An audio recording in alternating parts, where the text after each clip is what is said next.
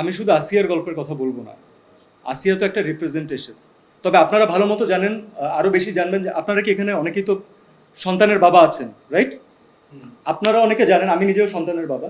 তো আমি এটা বলতে পারি যে একজন এই মুহূর্তে সামগ্রিক বাংলাদেশের অবস্থানে একজন ছেলের বাবা হওয়া আর একজন মেয়ের বাবা হওয়ার মধ্যে কিন্তু পার্থক্য আছে।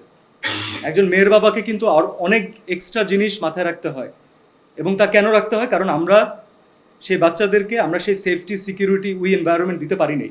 আমরা একটা বিচারও প্রপারলি ইনস্ট্যান্টলি করতে পারি না, সেটার জন্য আমাদেরকে দীর্ঘ সময় অপেক্ষা করতে হয়। যাকে আমরা সমাজের পারফেক্ট মানুষ মনে করি না, যে স্যুট প্যান্ট পরে না, যে ভালো সোসাইটিতে বিলং করে না, চলে না, সে কি আসলেই নিকৃষ্ট মানুষ, নাকি সে তথাকথিত সাধারণ ভালো মানুষের থেকে অনেক গুণে ভালো? সমসাময়িক যে ঘটনাগুলো ঘটতেছে, 2 বছরের মেয়েরা হচ্ছে আসিয়ার ইস্যু, বা এই সময়গুলোকে আসলে কিভাবে আপনারা কি ধরতে চেয়েছেন কিনা, এরকম কোনো ইস্যু এখানে রাইজ? আমি শুধু আসিয়ার গল্পের কথা বলবো না। আসিয়া তো একটা রিপ্রেজেন্টেশন। তবে আমি আপনাদেরকে কিন্তু একটা কথা আমাদের টিজারের ভিতরে ক্লিয়ার করে দিয়েছি, যেটা নিয়ে যদি আপনাদের বাই এনি চান্স কারো কোনো দ্বিমত থাকে। অনেকে প্রশ্ন করেছেন যে আমরা কি কোনো কিছু দিয়ে ইন্সপায়ার্ড নাকি, অন্য কোনো বিদেশি গল্প দিয়ে ইন্সপায়ার্ড নাকি। আমরা কিন্তু খুব সুন্দর করে প্রথম দিন থেকে জানিয়ে দিয়েছি যে this is inspired from true events in Bangladesh. এবং ইভেন্টস তার মানে কিন্তু আমরা শুধুমাত্র একজন আসিয়ার গল্প বলবো না। তবে আমাদের যেই ইস্যুগুলোকে অ্যাড্রেস করা দরকার, আমি একটু আগেই বলছিলাম যে এমন অনেক বার্নিং ইস্যুস আছে যেগুলোকে আমরা যদি অনেক কঠিনভাবে বলতে চাই, তো নিউজের মতো করে আপনারা দেখবেন, এরপরে একটু কষ্ট পাবেন, তারপর ভুলে যাবেন, স্ক্রল করবেন, অন্য কিছুতে চলে যাবেন, যেটা আমাদের জীবনটা এত ফাস্ট হয়ে গেছে, 3 সেকেন্ডের লাইফ টাইম। জীবনের সব আয়োজন এখানে একসাথে।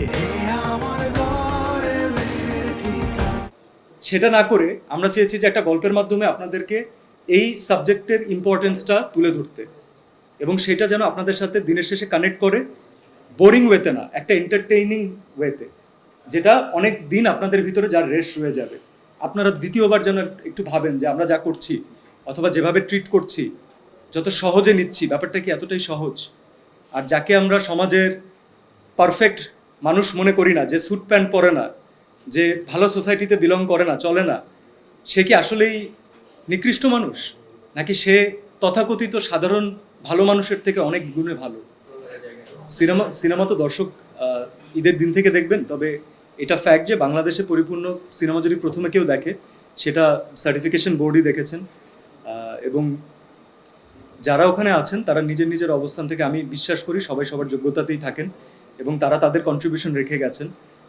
তারা যদি সিনেমাটা প্রথম দেখাতে তারা যদি প্রেইজ করেন, এবং তারা যে পয়েন্টগুলো বলেছেন, পার্টিকুলারলি মেনশন করেছেন এটা ফ্যামিলির জন্য it is going to be a beautiful treat.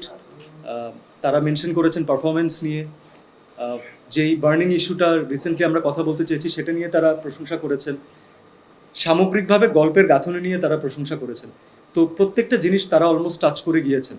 I am very much grateful, তারা পছন্দ করেছেন। এখন দিনের শেষে আমরা তখনই সার্থক হব যখন তাদের মতো করে দর্শক, ফ্যামিলি অডিয়েন্স পার্টিকুলারলি, আমাদের গল্পটাকে অ্যাপ্রিসিয়েট করবেন এবং একটু হলেও কানেক্টেড ফিল করবেন। That's it.